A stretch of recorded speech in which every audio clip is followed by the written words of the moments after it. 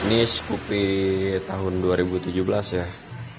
Pemasangan klakson CR-V turbo ya. Di sini menggunakan double relay supaya kuat. Oke, kita coba tes suara ya.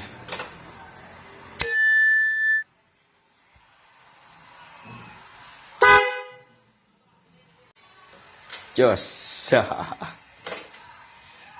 Thank you.